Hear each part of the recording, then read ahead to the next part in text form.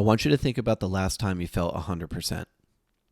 Think about the last time you woke up with zero physical friction, zero mental lag, zero stress on the horizon. A day where your biological hardware was running flawlessly and your external environment was completely secure. If you're an executive or a founder or a leader carrying the weight of an empire, you probably have to go back at least a decade to find a day like that. Here's the clinical truth that most performance coaches refuse to tell you. You're never going to feel 100% again. The conditions will never be perfect. The schedule will never magically clear up. The friction will never drop to zero. If you're waiting for the pain to stop before you begin the process of rebuilding your physical and mental infrastructure, you're going to remain dormant forever. Society tells you that when you are in pain, whether that's the physical pain of a deteriorating body or the psychological pain of a polycrisis, a divorce, or a business detonation, you need to pause. You need to step back. You need to take a break. The market, on the other hand, tells you to ignore it entirely, to grind through it, to sacrifice the machine for the sake of the output. But both of these frameworks are fundamentally flawed. Taking a break leads to systemic atrophy. Grinding through it leads to catastrophic hardware failure. In professional sports, there's a concept known as playing hurt. And for myself, as a former collegiate quarterback, this is something I'm very familiar with. It's the understanding that late in the season, nobody's healthy. Every player on the field is dealing with a sprain, a tear, a bruise, or a fracture. But the game doesn't stop, and the objective doesn't change. They don't pretend the injury doesn't exist, but they also don't take themselves off the field. They tape it up, they adjust their mechanics, and they execute the mission. Today, we're translating this concept into the executive operating system. In episode 15 of the Resurrection Podcast, we're going to break down the Redundancy Protocol. This is the tactical requirement of operating under friction. We're going to discuss why playing hurt is not a sign of toxic hustle, but a non-negotiable requirement of system architecture. We will define the exact difference between damage that requires a shutdown and friction that requires adaptation. And I'm going to give you the blueprint for maintaining operational continuity when your physical and mental hardware is compromised. This isn't about motivation. Motivation dies on day 12. This is about installing the systems that survive when the motivation vanishes. Let's dive into the episode.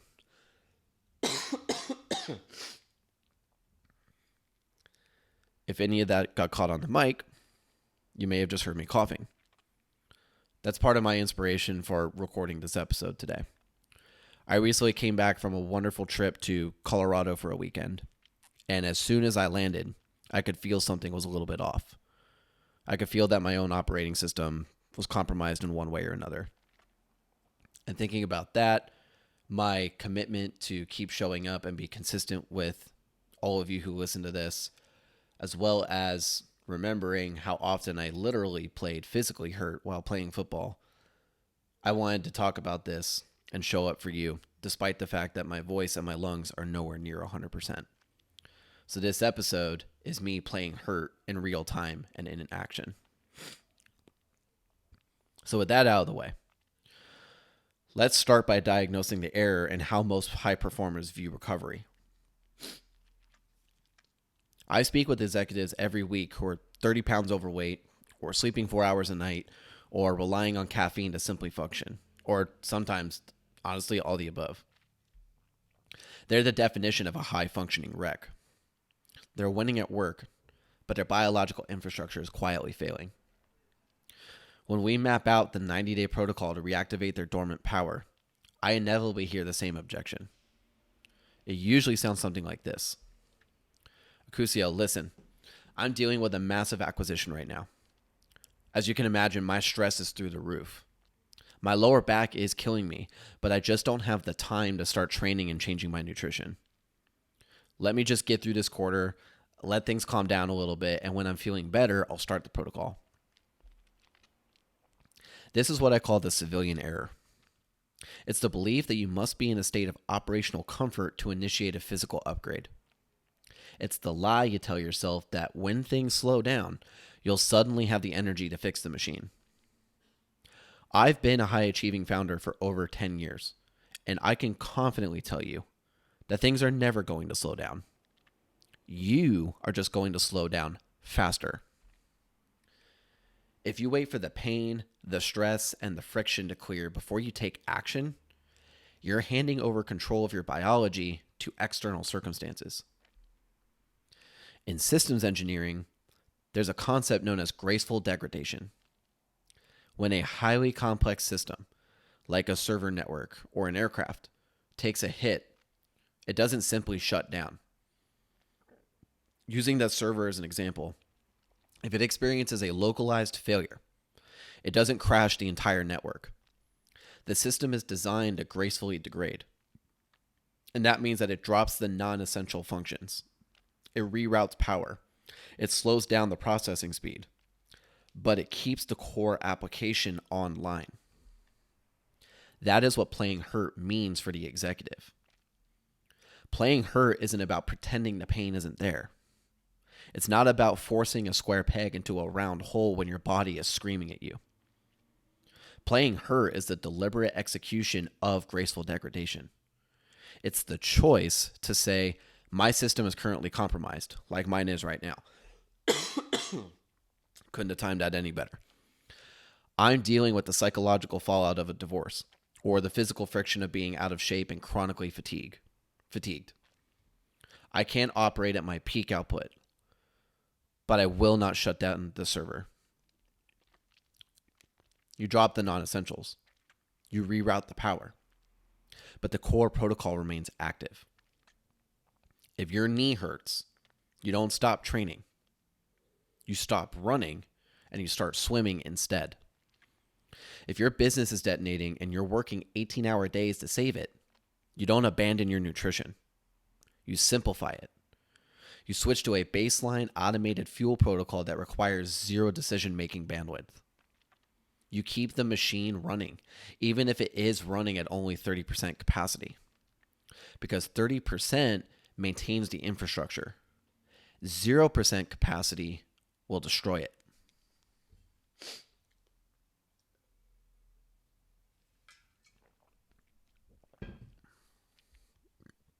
So why is it so critical to avoid shutting the system down? Why must we play hurt? Because of the physics of momentum. In physics, it requires significantly more energy to initiate movement from a dead stop than it does to maintain movement that's already occurring. Overcoming static friction is infinitely harder than overcoming kinetic friction. So when you're in the middle of a polycrisis, your energy reserves are already depleted. Your decision-making bandwidth is tapped out.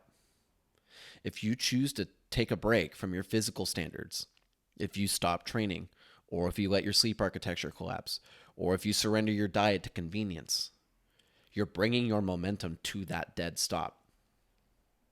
And when the crisis eventually passes, because it will, you'll look at the mountain of physical degradation you've accumulated, and the energy required to restart the machine will feel insurmountable. And this is exactly how men go dormant.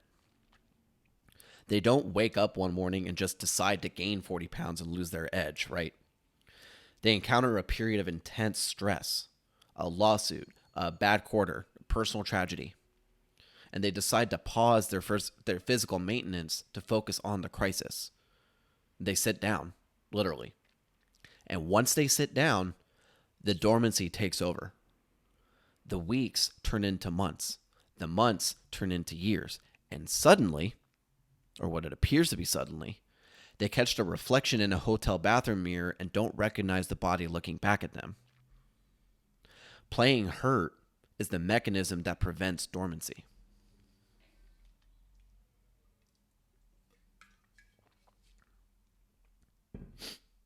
When I was in the middle of my own system failure in 2023, when the relationship vanished, the contract dissolved, and the infrastructure collapsed, I was in profound emotional and psychological pain.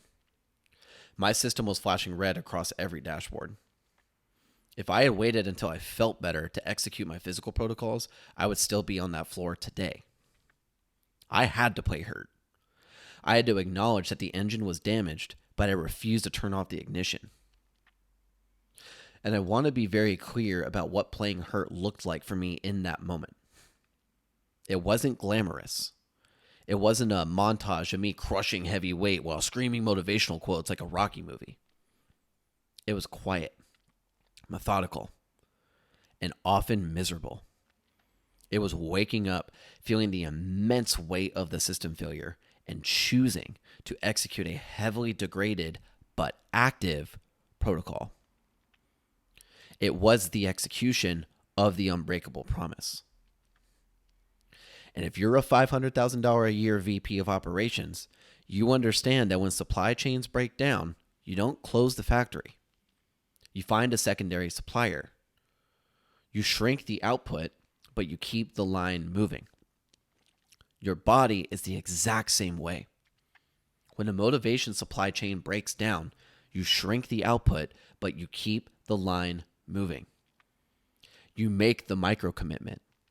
5 push-ups, drinking 12 ounces of water before your coffee. You execute the absolute minimum viable standard, but you execute it with ruthless consistency, not ruthless perfection. That is how you play hurt. You keep the momentum engine turning, even if it is only idling. Because an idling engine can be throttled up in a second. A cold, dead engine has to be completely rebuilt.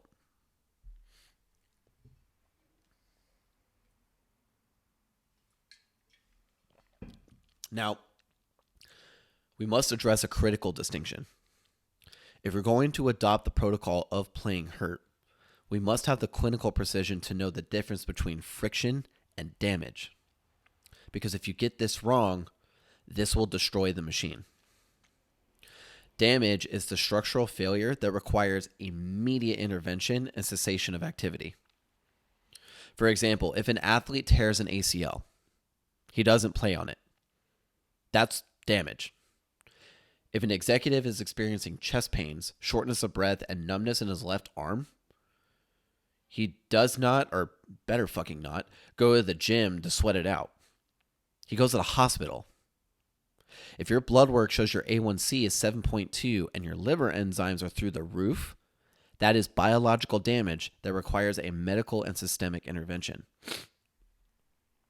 Friction is the discomfort associated with adaptation, withdrawal, or heavy operational load. So friction, again, for example, is waking up tired because you're adjusting to a new sleep routine. Or friction is the psychological resistance you feel when you have to train after a 12-hour workday. Friction is the emotional ache of navigating a divorce. Friction is the joint stiffness of a body that hasn't moved properly in 3 years, finally being asked to perform. A lot of executives confuse friction with damage. Think of it this way. If you have insulated yourself in comfort because you control your environment, your schedule, and your team or subordinates, your threshold for physical and psychological friction has artificially lowered. The moment you feel the discomfort of an elevated heart rate or the resistance of an early alarm clock, your brain registers it as a threat, and it automatically is going to register that as damage. And so you stop. You sit back down in the executive's chair. What's critical is that you must learn to run a diagnostic on your own pain. You must become fluent in the language of your own biological hardware. When you feel the urge to quit, to skip the protocol, to pour the drink instead of drinking the water, you must pause and ask the diagnostic question. Is this a structural failure, which is damage? Or is this just the heat generated by an engine being pushed to a new capacity, which is friction? Excuse me. If it is damage, you seek a specialist and you recalibrate. But 95 maybe-ish % of the time, It's just friction. And if it is friction, the protocol dictates that you play hurt. You acknowledge the discomfort. You don't suppress it. You don't pretend you're not tired. You don't pretend you're not stressed. You admit that the situation is hostile. But then you execute the task anyway. And you execute because you're a fucking professional. You execute because the body is the biological infrastructure that runs the empire. And you can't allow the infrastructure to decay simply because the weather is bad.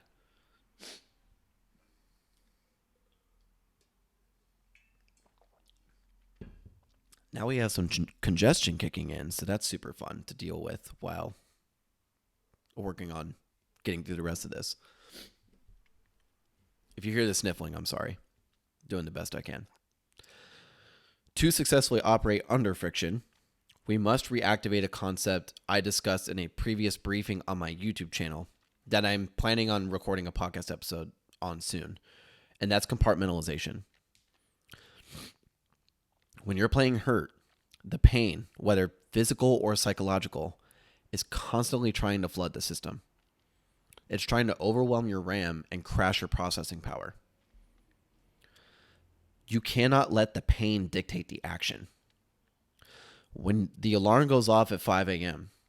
and your body aches and the stress of the impending board meeting hits your chest, you don't engage in a debate with the pain. You utilize a compartmentalization override. You look at the friction, you acknowledge it as valid data, and you put it in a box. You say to yourself, I feel this exhaustion. It's real. And my business is currently under heavy fire. My stress is elevated, and all of that is valid data. However, I am putting this data in a secure compartment for the next 45 minutes. For the next 45 minutes, my only job is to move this weight, execute this cardiovascular protocol, and stabilize my hardware. I'll open the box and deal with the business stress at 8 a.m. This is the hallmark of the formidable executive. The ability to separate the internal state from the external execution. You don't need to feel good to execute flawlessly. Let me repeat that, because that violates everything the modern wellness industry preaches, and I don't think I said it well enough. You do not need to feel good to execute flawlessly. Some of the most critical decisions I have ever made, some of the most effective training sessions I have ever completed, occurred when I felt completely hollowed out. When I was in the middle of my own system failure, I was operating almost entirely on compartmentalization. I didn't feel aligned. I didn't feel motivated. All I could feel was the crushing weight of my polycrisis. But I had developed a system, and the system didn't require joy to function. It only required compliance. That's the power of playing hurt. It detaches your output from your emotions. When you realize that you can still produce, still lead, still train, and still execute even when you feel like shit, you become extremely dangerous to your competition because you become anti-fragile. If you can win when you're hurt, what happens when you're fully optimized? What happens when the hardware is finally restored and the friction's removed? You become an unstoppable force.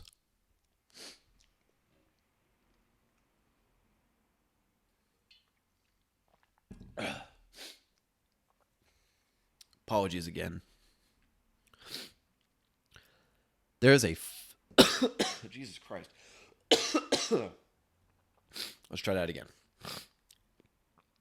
There is a final critical element to playing hurt. It's how we process the pain after the execution is complete. If you simply grind through the friction day after day without extracting the data, you'll eventually burn out. The system will overheat. We must apply the principle of forged gratitude. When you're playing hurt, the pain itself is a high-density data stream. It's telling you exactly where your system is weak. It's highlighting the exact vulnerabilities in your armor. If you try to operate your business while navigating a massive personal crisis, and you find that you can't focus for more than 10 minutes without checking your phone, that's just data. It shows you that your dopamine receptors are fried and your attention architecture is weak. If you try to execute a simple training session while under high stress and you find your heart rate spiking uncontrollably, that is just data. It shows you that your cardiovascular baseline is degraded and your cortisol is chronically elevated. You don't get angry at the data. You extract the asset. You practice forged gratitude by saying, I'm grateful for this friction because it has revealed a flaw in my operating system that I can now fix. When you play hurt, you're running a real-time stress test on your biological infrastructure. You're finding the stress fractures before they turn into catastrophic breaks. You use the friction to forge a stronger machine. You don't just survive the pain. You weaponize it. You build redundancies into your life so that the next time a crisis hits, your baseline is so high that your degraded state is still superior to everyone else's peak state. So we've covered the architecture of the redundancy protocol. We've established that waiting for optimal conditions is a strategic failure. We've defined the difference between structural damage and operational friction. And we have mapped the mechanics of compartmentalization to ensure that you maintain momentum even when the system is compromised. The reality is this. Something powerful in you went dormant. You optimized the company. You optimized the team. But you ignored the machine running it all. And now you're operating under heavy friction. You're feeling the lag. You're feeling the 3 p.m. crashes, the degraded sleep, and the physical decline. You've been waiting for things to slow down so you can finally fix it. But like I said in the beginning, they're not going to slow down. It's time to play hurt. It's time to initiate the reboot while the system is still live. If you're experiencing the system failures outlined in this episode, and you require an immediate biological and mental diagnostic, it's time to stop guessing. I'm inviting you to book a triage audit. This is a 90-minute system diagnostic with me. We will get on a call and we will forensically audit your current biological infrastructure. We will locate the memory leaks, we will identify where you're confusing friction with damage, and we will map out the exact sequence required to reactivate your dormant power. This is not a sales pitch for the weak. It's a strategic briefing for the formidable. The link to book your $1,000 triage audit is in the show notes. Stop managing the decline. Start the reconstruction. I am Acusio Bavona, and I'll see you in the work.